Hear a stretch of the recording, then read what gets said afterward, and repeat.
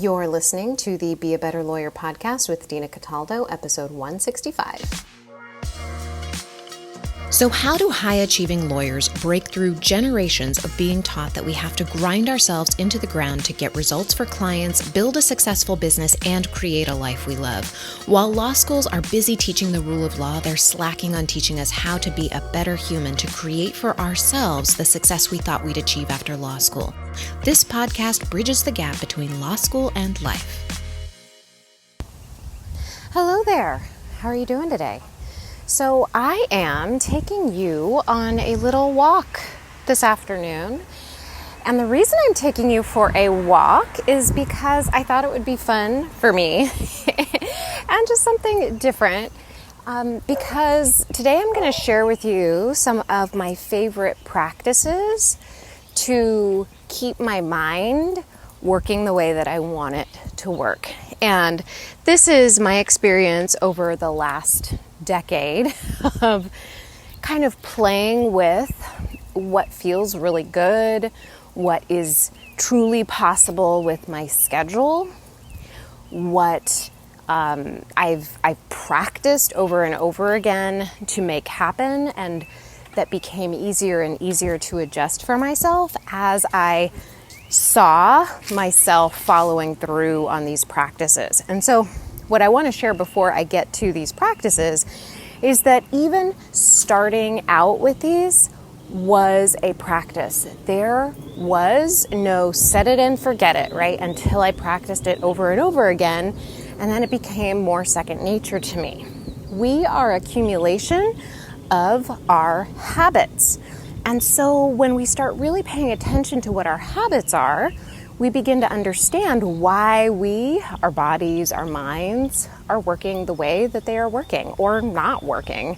So if you're feeling stressed out and overwhelmed, then you have an accumulation of habits that aren't working for you, whether they are how you are managing your time in your calendar or not managing your time, how you are managing your energy or not managing your energy. And a lot of times it always takes awareness of the problem before we do anything. And so I want to share with you my experiences and the habits that I have created after trial and error that work for me. If you want to start exploring habits that will begin working for you. We are our habits. So if you have an image of an identity of yourself in your mind of a person who is always getting things done, well, you can do that with ease or you can do that with busyness. And I get a lot done and I do it with ease. I don't do it with busyness anymore. And that took a lot of practice. It took coaching. It took, really starting to get connected with myself, getting connected with my thoughts to start understanding those habits that were creating the busyness and not creating the ease that I wanted to feel.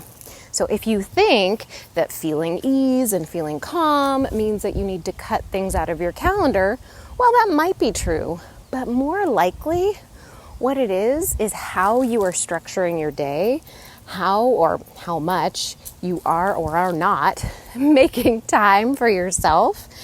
Because I know that when we make time for ourselves, when we begin to really look at the habits that we have for ourselves, the kind of care we show ourselves, it just starts filtering through to every corner of our lives. Our habits are habits when it comes to how we treat ourselves is going to impact every corner of our lives. So if you are not paying attention to how you're treating yourself or what you're doing to create space in your life that feels easy, that feels like fun, if you're not doing that, your life is going to feel busy, overwhelming, hard. So the reason I want to do this is so that I can help you make your life easier. Okay. So before we get started really diving into the habits that I've created for myself to care for myself and that have spread out into creating more time for myself, I want to share with you a master class that I did. It's called How to Manage Your Calendar 101. So if you are struggling with finding time, with feeling busy and overwhelmed, I want you to go to dinacataldo.com/calendar 101, because there I break down the mindset behind what is creating the busyness and the overwhelm for you. And it's always what we least expect that it is. And I really took my time in this masterclass. I was really proud of it because it really hit on a lot of topics that impacted lawyers. I got a lot of good feedback from it. And I also know that these were some of the issues that I struggled with until I learned these concepts. And they're the fundamentals. Okay, and they're really going to help you with some of the concepts that we talk about today on the podcast. So go to dinacataldo.com/calendar 101, enter your email, and you will get that sent straight to you. Okay, so let's talk about my favorite habits, the ones that I have right now that are they feel really good. And it feels right now, in this moment, with the way I have my life, being a full-time lawyer, being a coach, building my business, having this podcast, taking care of my dog, taking care of my aging mom, all of that coming together right now. And it's, we're coming out of post-COVID, kind of in a strange time right now. I found some really grounding practices that have kept me going all through COVID, and have really, in the last few months, there's a few that I've added that I just feel really good about them. They just are really nice additions. So the first thing that I want you to know is that I did not always have really good habits. I would jump out of bed at my alarm. And when I say jump out of bed, I mean I would just wake up, I'd open my eyes, and then I'd be like, oh crap, my alarm's on. And then the phone was right next to my bed, and then I'd turn off the alarm and go back to bed. I'd snooze it until about, I don't know, probably 7:30 or so. I mean, I would just, as late as I could to get to the office, I would snooze it, and then I'd jump out of bed and take a shower and get to the office. But I want to tell you, that was horrible. I felt horrible when I did that. I felt groggy. I felt out of breath almost as soon as I started my day. It was the worst. And so one day I just decided, you know what, I've had enough of this. I don't want to live like this. I want to figure out a better way. So I started playing with waking up earlier, and I started at 6 o'clock. And over the years, a combination of things, I realized I didn't have enough time in the morning for myself, because that was the best time that I worked. I actually had a lot of quiet time to myself. I really enjoyed it. Then I got a dog. So long story short, now I wake up at 4 in the morning. But what does that mean? That means that I've got to set my whole day in a way where I can go to bed at 8:30, maybe 9, and everything's taken care of. I gotta be able to go to bed. And so that means my friends are having a party. Sometimes I'll stay later, but more likely than not, I'm the one who leaves early, and they know it. So, there are some sacrifices to that. I'm not saying you have to wake up at 4 in the morning, but for me to build a coaching practice on top of my law practice, I need to have that quiet time to myself. And so I either work out on my row machine, or I do a little meditation, a little yoga, have a cup of coffee, and that's my major first thing in the morning, what I do. And it doesn't have to be the same every time. I don't want to be a robot. I mostly do the same things all the time, but you know what? Sometimes you just want to have a cup of coffee. But I trust myself that I'm going to do the workouts that I want to get in that week. So that's the result of doing the coaching work on myself, is okay, well, I trust myself. This is not a problem. The next thing that I really have found valuable for me is journaling. And, over the years, so many people have said, oh, you've got to journal. And I poo-pooed it, and I said, yeah. I said, yeah, I don't have time for that. Yeah, I don't even know what I would write about. Yeah, it's not super helpful because like I just kind of like write down all of my thoughts. I don't really understand the point of journaling. So my brain didn't know how to journal. I do a lot of podcasts on this, so I'm not going to talk about all my journaling practices, but I'll link to Uncovering Hidden Thoughts in the show notes. I think it's episode 111, I think. And that talks about some of the journaling practices I've done. But journaling is huge. And I'll tell you, my clients who do the journaling, they make the most progress the fastest. I mean, you're still going to make progress coaching, but there's something about journaling. You're really getting into creating space between yourself and your thoughts. And the only way to do that is to physically write them down. Like I wouldn't type down your thoughts. I would physically write them down. It really does create space. Another thing that I do that's part of my journaling practice is writing down my dreams. And this is something that I have talked about very sparsely on Instagram. And if you are not on Instagram with me, go there. Find me. I'm at Dina.Cataldo. I have some really good stuff there. So go ahead and go there and follow me because I post some really, I'm like, no, really, I post some really good stuff there. But I do. So there I posted about how I use my dreams to grow myself. And a lot of times when we have dreams, I mean, sometimes they don't click with us at all. There's nothing to them for us, right? Maybe one of those like silly dreams. But also, a lot of times, there are dreams there for us to make interpretations about. And that's really the fun for me, is to see where my dreams may have some interpretations that I can make. So just to give you an example of this is, I might be dreaming about a subject and I'll start just writing it down in my journal, and then I start seeing like, oh, this is actually a pattern that shows up in my life. So for a while I was dreaming a lot about being in a house under construction. It's a recurring dream over and over. It was a house, a building, any other things were going on, but the house was always under construction. And I knew for me that meant I was building what I wanted to build. Like I knew that my life was also under construction. And we can start to see these kinds of patterns if we're really looking for them. And then other times, they may make no sense at all to you, and that's okay. Like they're supposed to be fun. But that is a practice that I'm into. I really enjoy it.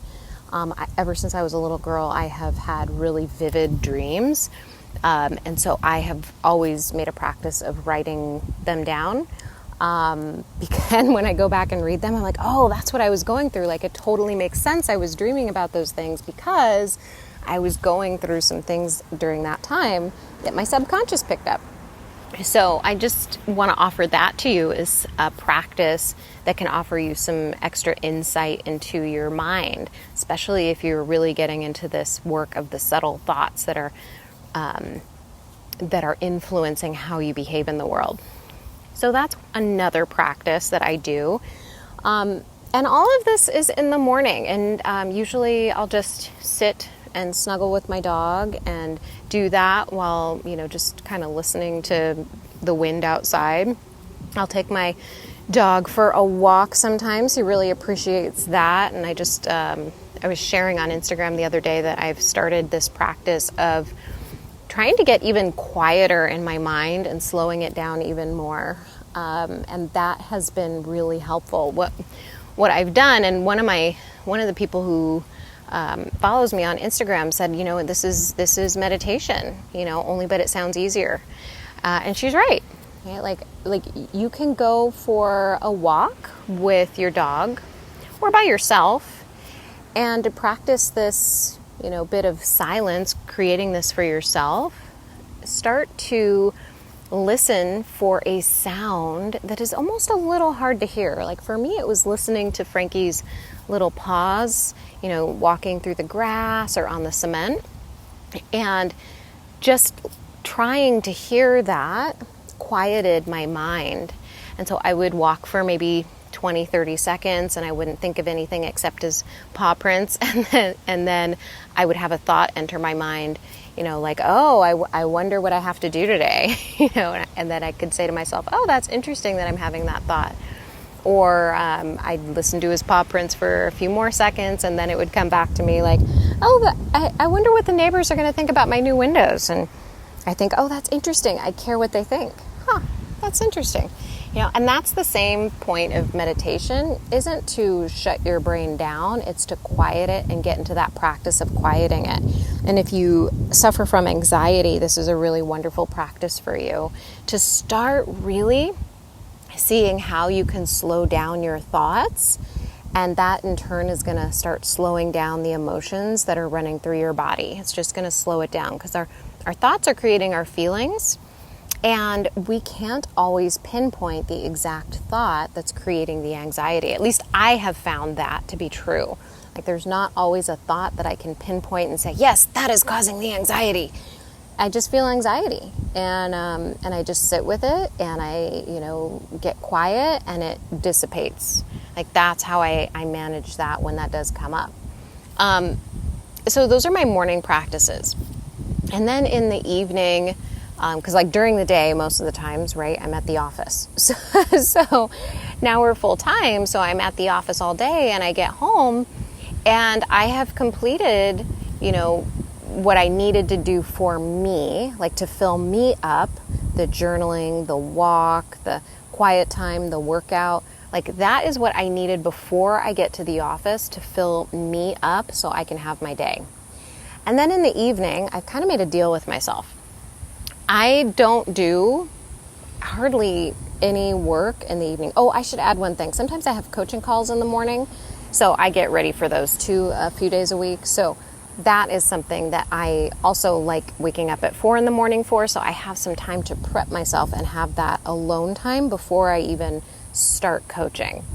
And then in the evening, maybe I'll have a coaching call, but I've made a deal where, okay, if I don't have a coaching call, I get to watch an hour or two of Netflix, right? Because I love watching television, but it's like candy for me, right?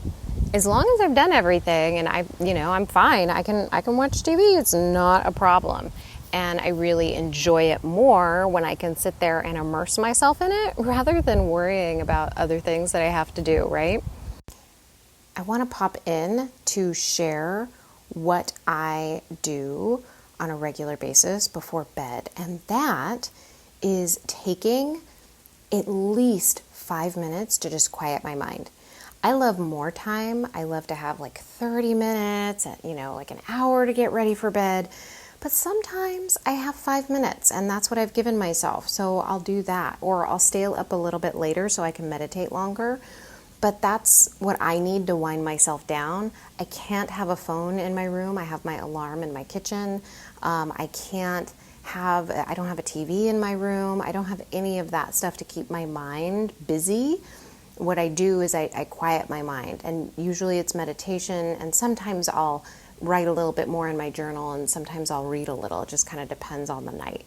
But those are some of the practices I do at night that you can pick and choose if you want to do. It's just important that you have something that will help you wind down before you go to bed, preferably something that it takes you away from a screen for about 30 minutes. And that brings me to the weekend, because the weekend and my week has already been planned ahead of time. Like I'm telling you all this right now, keeping what I taught in Calendar 101 that I already mentioned all in mind, because I plan my calendar. This stuff doesn't just happen magically overnight. You gotta work at it, right? Like, you've got to make a commitment to yourself that you want to be there for yourself and love yourself, because nobody else is going to do this work for you. You've actually got to do it yourself, or it's not going to get done. So this kind of practice is all, the underpinning of it is Calendar 101. So if you need to learn how to manage your calendar, go to dinacataldo.com/calendar 101, and I give it to you all right there. Okay, so after the week, then on the weekends, Saturday is a total free day. I don't do anything unless it's like, maybe it's grocery shopping, maybe I go to the garden center, I do some gardening, I take an impromptu drive to San Francisco or wherever, but Saturday is a free day. I don't do any work on that day. And then Sunday, I coach, and I do all, and Saturday and Sunday, I do all the same morning work that I told you, Monday through Friday. And then Sunday I coach, and I write my posts up for the week so that I can post on Instagram without feeling in a rush. I don't always write my podcasts ahead of time. Yeah, I really don't. Like right now, I'm recording this on a Wednesday night, and I've decided that I'm okay with that because right now in my season of my life, I'm working full time, and Sunday it's coaching and writing. Like, I'm writing my posts, I'm, doing things for my business, but I'm not going to wear myself out. I decided when I took up coaching that if it's not fun, I'm not going to do it. And so I make this fun for myself. Like tonight, I made it fun for me by going for a walk with my dog. Like I can still record my podcast. I can still make sure I'm helping people and sharing something that's really valuable with them by sharing these practices so that they know what's possible for them. But I don't have to kill myself to do it, right? So I want to offer to you that practices like the ones that I have here for you are totally available to you.